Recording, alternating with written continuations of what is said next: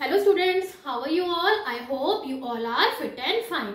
I am Aarti Jain and I welcome you all to my YouTube channel. Now restart. Students, आज हम class 7th का chapter light start करने वाले हैं। यही चैप्टर आपने क्लास 6th में भी पढ़ा था और यही चैप्टर आप लोग आगे की क्लासेस में यानी 8th, 9th और 10th में भी पढ़ेंगे। ठीक है बच्चों, ये चैप्टर थोड़ा सा बड़ा होता है, इसीलिए इसके अंदर बहुत बारीक बारीक चीजें होती हैं। इसीलिए हम पहले बेसिक पढ़ते हैं इसका क्लास 6th में, फिर ये 7th में आता है, फिर 8th में इसके बारे में और ज्यादा एक्सपेंशन हो जाती है और इस तरीके से करते करते आप 10th तक इसको पढ़ते हैं। ठीक है बच्चों, तो आज हम जो लाइट पढ़ेंगे इसके अंदर हम क्या क्या टॉपिक्स कवर करेंगे। हम कवर करेंगे रेक्टिलिनियर प्रोपगेशन ऑफ लाइट को, ठीक है, reflection of light, various terms used in the reflection of light, regular and irregular reflection and the real and virtual images. ये सारे टॉपिक्स आज के लेक्चर में हम लोग कवर करने वाले हैं। तो चलिए जल्दी से स्टार्ट करते हैं अपनी आज की जर्नी को, आज के टॉपिक लाइट के साथ। ठीक है, लाइट क्या होता है, क्या होती है लाइट? अगर आप कहीं डार्कनेस में जाएं या अपने रूम में कहीं पे भी अगर अंधेरा होता है तो क्या आपको कोई चीजें दिखाई देती हैं? नहीं दिखाई देती। उसके लिए आपको लाइट जो है ऑन करनी पड़ती है, कैंडल जलानी पड़ती है, यही होता है ना। तो यानी कि लाइट एक ऐसी एनर्जी है जो कि हमें आसपास की चीजों को देखने में हेल्प करती है, जिसकी वजह से हमारे आसपास की चीजें हमें विजिबल हो जाती हैं। ठीक है बच्चों, तो चलिए जल्दी से अपनी नोट्स कॉपी में इसकी डेफिनेशन को लिखिए मेरे साथ कि लाइट क्या होता है। Light is a form of energy, light is a form of energy that makes the things visible, that makes the things visible to us। ठीक है बच्चों, तो लाइट ये आपको समझ में आ गई। अब इसमें आपको पता है वेरियस सोर्सेज ऑफ लाइट होते हैं। ठीक है, सोर्सेज ऑफ लाइट जो कि आपके मैन मेड भी होते हैं और नेचुरल भी होते हैं, है ना। क्या होते हैं? मैन मेड भी होते हैं और नेचुरल भी होते हैं। तो नेचुरल सोर्सेज ऑफ लाइट कौन कौन से होते हैं, क्या कोई बता सकता है?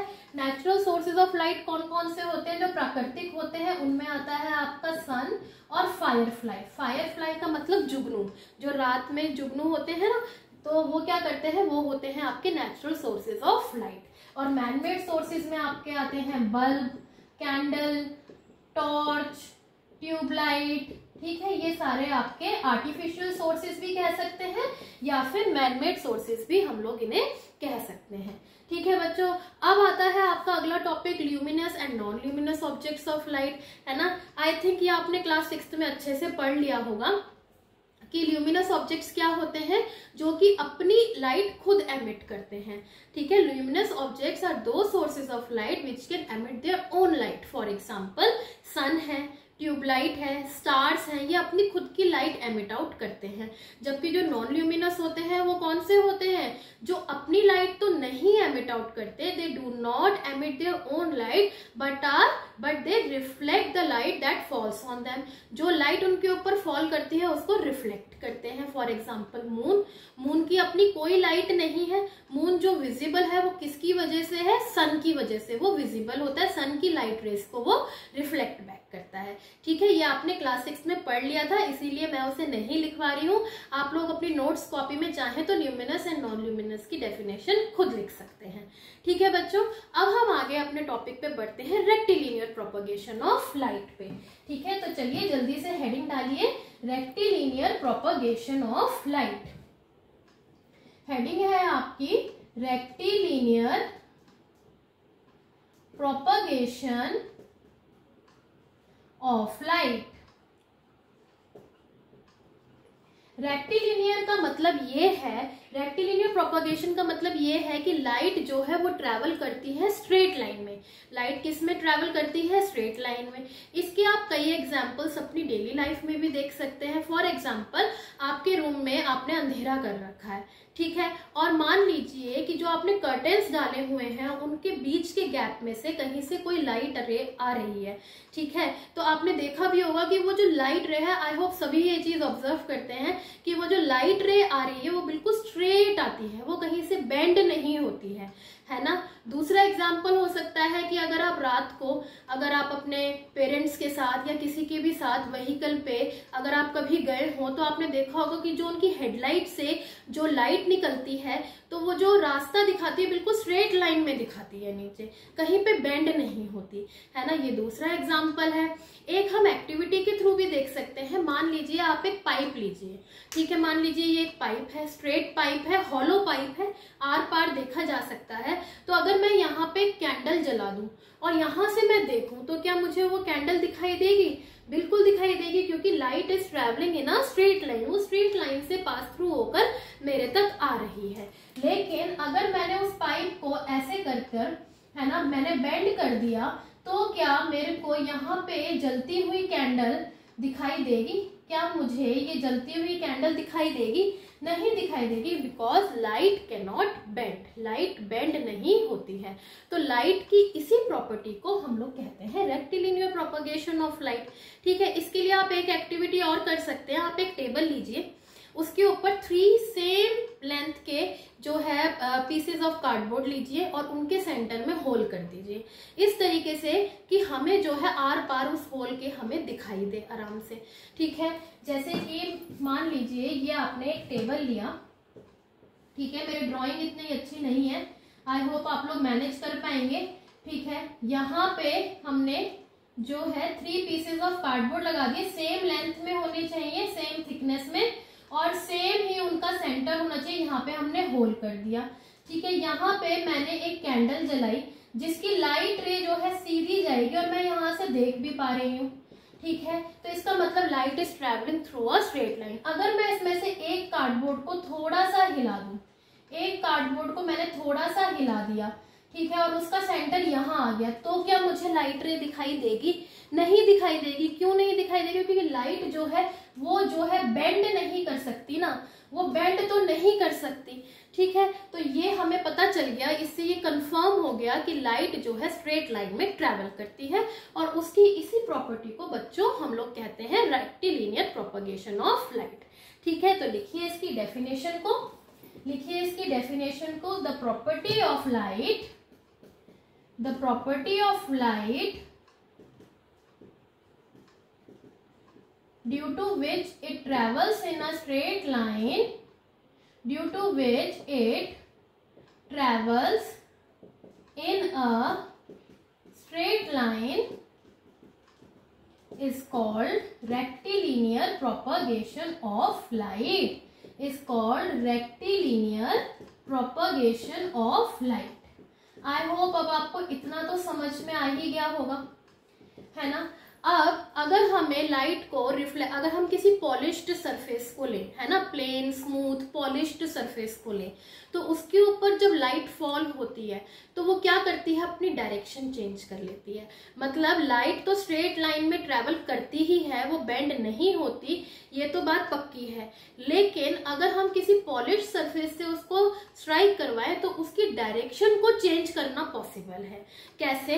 कैसे? मान लो ये मेरा एक प्लेन मिरर है, ठीक है, मैं यहाँ पे आपको दिखाती हूँ कि प्लेन मिरर में किस तरीके से आपका डायग्राम बनता है। यहाँ पे ये आपका प्लेन मिरर है, ये इसका पॉलिश्ड सरफेस है, ठीक है, ये स्मूथ सरफेस है। यहाँ पे एक सोर्स ऑफ लाइट है, मान लीजिए सन की ही लाइट रे आ रही है, ये लाइट रे इसके ऊपर फॉल करेगी, ठीक है, तो वो क्या करेगी? रिफ्लेक्ट बैक करेगी, उस दूसरी डायरेक्शन में वो क्या करेगी? रिफ्लेक्ट बैक करेगी, ठीक है, इससे टकराकर वापस जाएगी।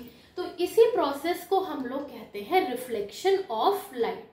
ठीक है बच्चों, जो मिरर होता है, मिरर, अगर हम मिरर की डेफिनेशन लिखें तो हम लिख सकते हैं अ शाइनी और पॉलिश्ड सरफेस, अ शाइनी और polished surface is called mirror.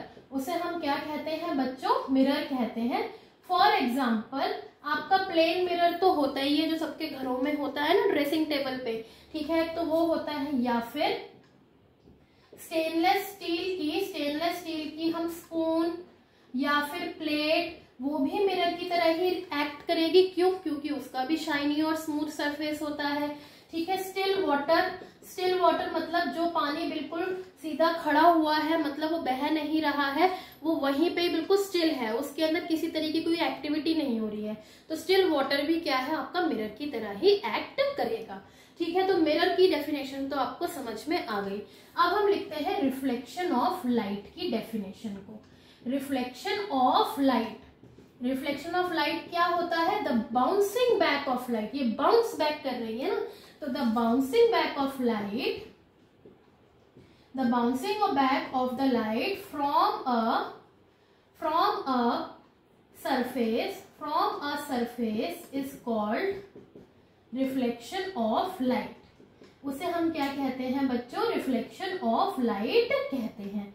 Reflection of light हमारी दो तरीके की होती है, कौन कौन सी, एक होती है हमारी रेगुलर रिफ्लेक्शन और एक होती है हमारी इरेगुलर रिफ्लेक्शन, एक होती है हमारी इरेगुलर रिफ्लेक्शन। ठीक है, रेगुलर रिफ्लेक्शन का मतलब ये होता है, रेगुलर रिफ्लेक्शन का मतलब ये होता है कि कोई भी स्मूथ सरफेस से अगर हमारे पास किसी सोर्स ऑफ लाइट से पैरेलल रेज आ रही हैं तो वो सेम डायरेक्शन में ही वापस जाएंगी। ठीक है, लेकिन इरेगुलर रिफ्लेक्शन में ये आ रही हैं, ये यहाँ से और ये ऐसे करके वापस जा रही है। इरेगुलर रिफ्लेक्शन में क्या होता है, हमारा रफ सरफेस होता है, तो जब लाइट रेज आती हैं तो वो क्या करती हैं, डिफरेंट डायरेक्शन में वापस जाती हैं। ठीक है, डिफरेंट डायरेक्शन में वापस जाती हैं, जिसकी वजह से लाइट जो है स्कैटर भी हो सकती है। ठीक है बच्चों, ये चीज समझ में आ गई। तो रेगुलर रिफ्लेक्शन की डेफिनेशन में हम लोग लिख सकते हैं कि reflection of light from a smooth और polished surface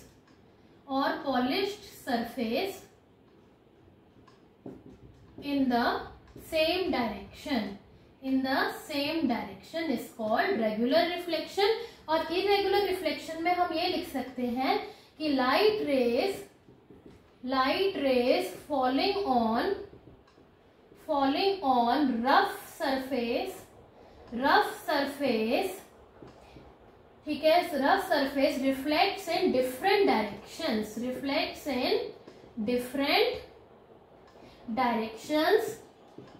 This type of reflection is called irregular reflection। ये लाइन आप लोग ऐड कर लेंगे। ठीक है, तो आई होप अब आपको रिफ्लेक्शन ऑफ लाइट भी अच्छे से क्लियर हो गई होगी। ठीक है, अब आप देखिए कि जो इसके अंदर लाइट रे फॉल कर रही है सन से आती हुई, है ना, उसे हम लोग क्या कहते हैं बच्चों, उसे हम लोग कहते हैं इंसिडेंट रे। Incident ray. ये हो गई हमारी इंसिडेंट रे। ठीक है, और ये हो गई हमारी रिफ्लेक्टेड रे। ये क्या हो गई हमारी रिफ्लेक्टेड रे। ठीक है, और ये जो पॉइंट है, मान लीजिए ये O है, तो इसे हम कहेंगे पॉइंट ऑफ इंसिडेंस। इसे हम क्या कहेंगे, पॉइंट ऑफ इंसिडेंस। ठीक है, और अगर मैं इसके परपेंडिकुलर एक इमेजिनरी लाइन बना दूं तो इसे हम कहते हैं नॉर्मल रे।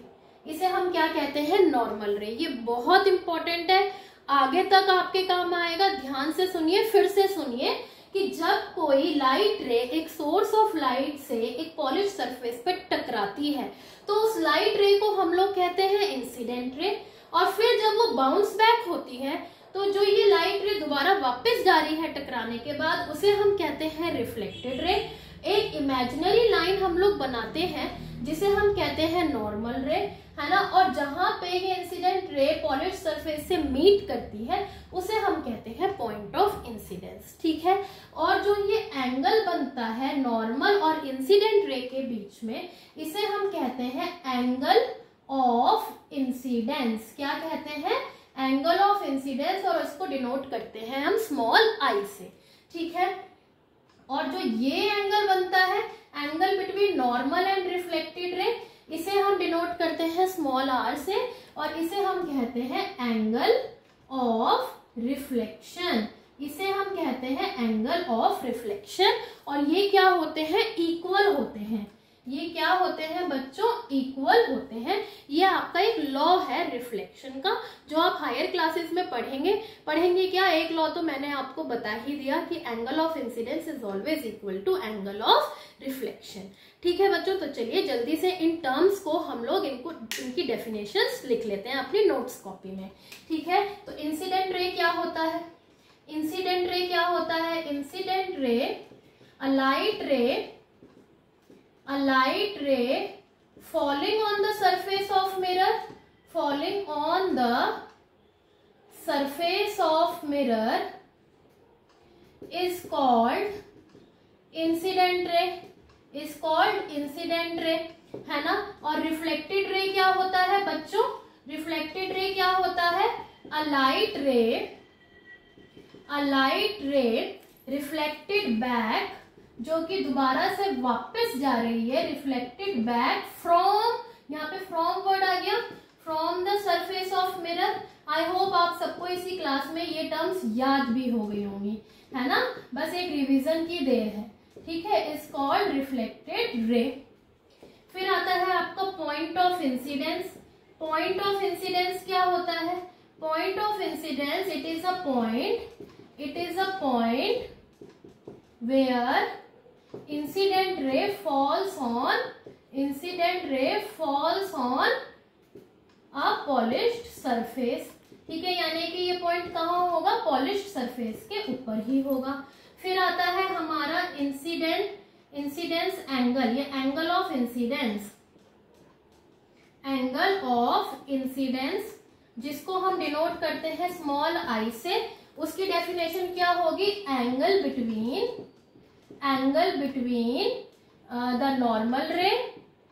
the normal ray and the incident ray। ठीक है, एंगल ऑफ रिफ्लेक्शन क्या होगा, एंगल ऑफ रिफ्लेक्शन क्या होगा, आपको सब अपने आप लिख सकते हैं, जल्दी से लिखिए कि एंगल बिटवीन द नॉर्मल रे एंड the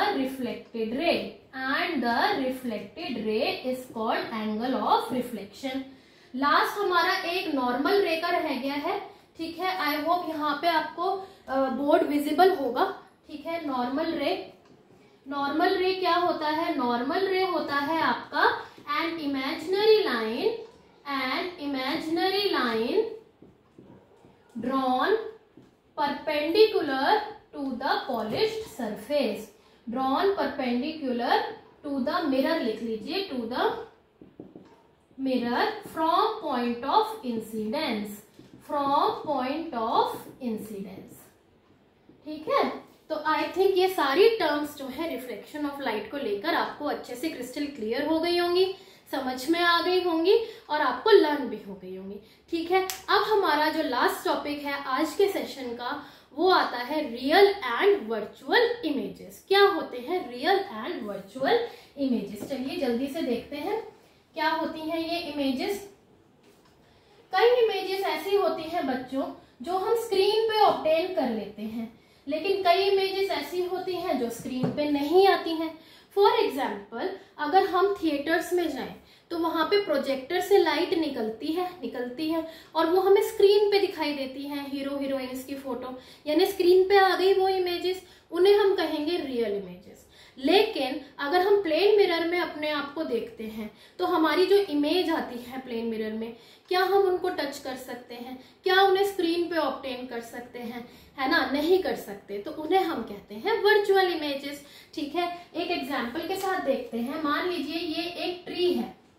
ठीक है, यहाँ पे मैं एक लेंस लगा रही हूँ क्योंकि मिरर में जो है इमेज वर्चुअल बनती है। ठीक है, लेंस में रियल बनती है। तो यहाँ से ये आपकी एक स्क्रीन है, हमने एक स्क्रीन लगा दी, तो एक लाइट रे इसके थ्रू फॉल होगी यहाँ और यहाँ से होगी यहाँ। तो यानी कि हमें यहाँ पे इसका बॉटम और ये ट्री का हमें टॉप नीचे दिखाई देगा। ये क्योंकि ऑब्टेन्ड ऑन स्क्रीन है, तो इसे हम क्या कहेंगे बच्चों, रियल इमेज कहेंगे। ठीक है, और रियल इमेज कैसी होती है आपकी, इन्वर्टेड, उल्टी होती है। ठीक है, तो जो रील होती है ना सिनेमास में पिक्चर्स की, वो उल्टा उसके अंदर होता है, उसको उल्टे तरीके से उसका एक सिस्टम होता है, तो जिसकी वजह से वो हमें इस तरीके से सीधे दिखाई देते हैं। समझ में आ गई बात? ठीक है, अब अगर मैं इसी ट्री को यहाँ पे एक प्लेन मिरर लगा देती हूँ, ठीक है, तो पहली बात तो ये मुझे स्क्रीन पे दिखाई ही नहीं देगी, ठीक है, ये इस तरीके से टकराएगी, ठीक है, ऐसा लगेगा किसी पॉइंट पे मीट कर रही है, पर एक्चुअली मीट नहीं करती है, रिफ्लेक्ट बैक होती है और यहाँ पे आकर हमें दिखाई देती है। यहाँ पे ये हमें दिखाई देगी, एक्चुअली ये मीट नहीं होती, ये बिहाइंड द मिरर बन जाती है और बिल्कुल सीधी बनती है। तो ये आ गई आपकी वर्चुअल इमेज, ठीक है, जो कि आपकी बनती है इरेक्ट। तो ये चीज समझ में आ गई, डिफरेंस क्लियर हुआ कि रियल इमेज जो है इन्वर्टेड उल्टी बनती है, ये इरेक्ट सीधी बनती है। ये हमेशा स्क्रीन पे ऑब्टेन हो सकती है, ये स्क्रीन पे ऑब्टेन नहीं होती है। इसमें एक्चुअली कहीं ना कहीं हम लोग, हमारी जो लाइट है, लाइट रेज है, मीट करती हैं, यहाँ पे अपीयर करती है मीट होते हुए, लेकिन एक्चुअली मीट नहीं होती हैं। ये चीजें क्लियर हो गई, तो चलिए जल्दी से इन्हें हम टेबुलर फॉर्म में लिख लेते हैं, ठीक है। लिखिए difference between real image and virtual image, ठीक है, difference between real image and virtual image, और टेबुलर फॉर्म बनाइए, रियल इमेज है ना, और यहां आप लिखिए वर्चुअल इमेज, ठीक है। तो रियल इमेज का फर्स्ट पॉइंट आएगा कि when light rays falls on, when light rays falls on smooth surface,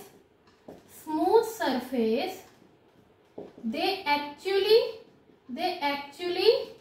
meet at a point, actually meet कर रही होती हैं। इसमें लिखेंगे कि when light rays falls on smooth surface, इसमें भी smooth surface पे fall कर रही हैं, ठीक है, they appear to meet, ऐसा लगता है कि वो मीट कर रही हैं, but they do not actually meet at a point। Clear हो गई बात इतनी? उसके बाद सिंपल है कि these images it can be obtained on screen, इसको हम स्क्रीन पे ऑब्टेन कर सकते हैं, obtained on screen, है ना। और इसमें हम लिख सकते हैं दे कैनॉट बी, या इट लिख लीजिए, एक ही इमेज है, it cannot be obtained on screen, ये स्क्रीन पे नहीं आती है, ठीक है। इट इज इन्वर्टेड, ये ज्यादातर इन्वर्टेड होती है, और हम लिख सकते हैं इट इज इरेक्ट, ठीक है। साइज जो है वो छोटा, सेम साइज का, बिगर साइज का हो सकता है, दोनों ही केस में, ठीक है। अगर कैरेक्टरिस्टिक्स में आती है कि the images can be of the same size of that of the object, या फिर स्मॉलर इन साइज, या फिर बिगर इन साइज, किसी भी साइज का। और हम लास्ट पॉइंट में फॉर एग्जाम्पल लिखते हैं कि images obtained in theatres from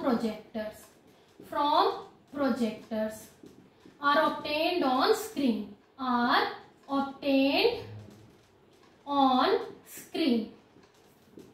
ठीक है। और इसमें फॉर एग्जाम्पल में हम लिख सकते हैं image obtained by a plane mirror, जिसे हम डिटेल में भी पढ़ेंगे कल की क्लास में, ठीक है बच्चों। तो आई होप आज का सेशन आपके लिए बहुत हेल्पफुल रहेगा। कोई डाउट है मुझे कमेंट सेक्शन में जरूर बताइएगा, ठीक है। इस टॉपिक की कल की क्लास से पहले अच्छे से रिवीजन करके आइएगा, ठीक है। तो मिलते हैं आपसे कल की क्लास में, जिसमें हम प्लेन मिरर की इमेजेस की कैरेक्टरिस्टिक्स के बारे में आगे पढ़ेंगे, ठीक है बच्चों। तब तक के लिए खुश रहिए, स्वस्थ रहिए, मस्त रहिए और पढ़ते रहिए। Bye bye students.